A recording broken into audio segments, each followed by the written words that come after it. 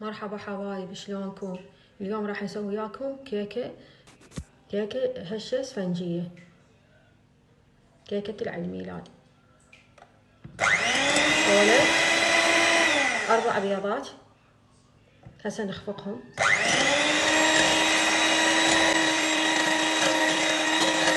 وهسه نضيف رشة ملح ونخفق.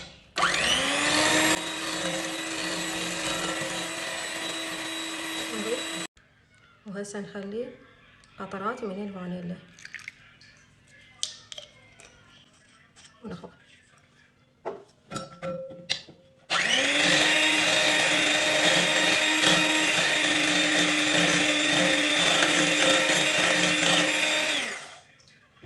سكر، نص جلاس سكر. هسه ضفت قسم من عنده، بس هو نص كوب سكر. بنفس الكوب نقيس بيه الطحين والباقية المواد.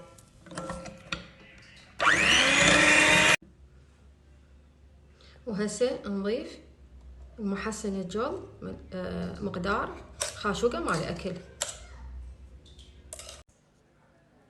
وهسه نضيف نص جلاس ماي، نفس الجلاس اللي قسنا بيه.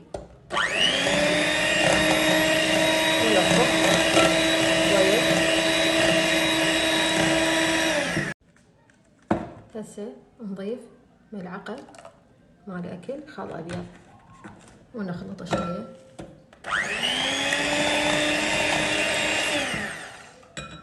وهسه نضيف الطحين تدريجي، مو مرة واحدة، يعني نسوي فد دفعتين.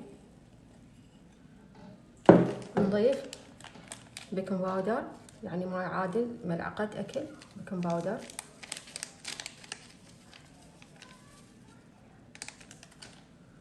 ونخلط.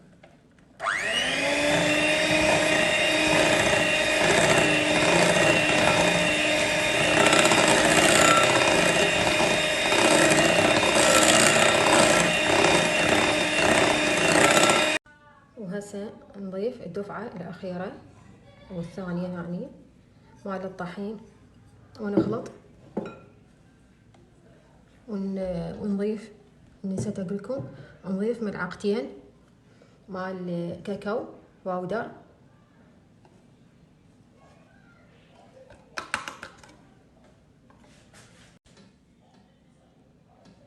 وهسه نضيف ملعقتين أكل نشا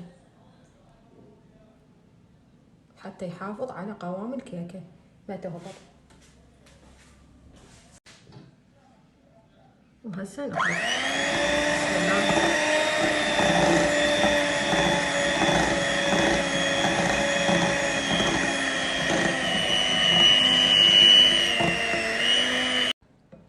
بعد ما كملت خفق تقريبا 5 دقائق ظليت اخفق بيها مستمرة، وهذا قوامها كريمي يصير.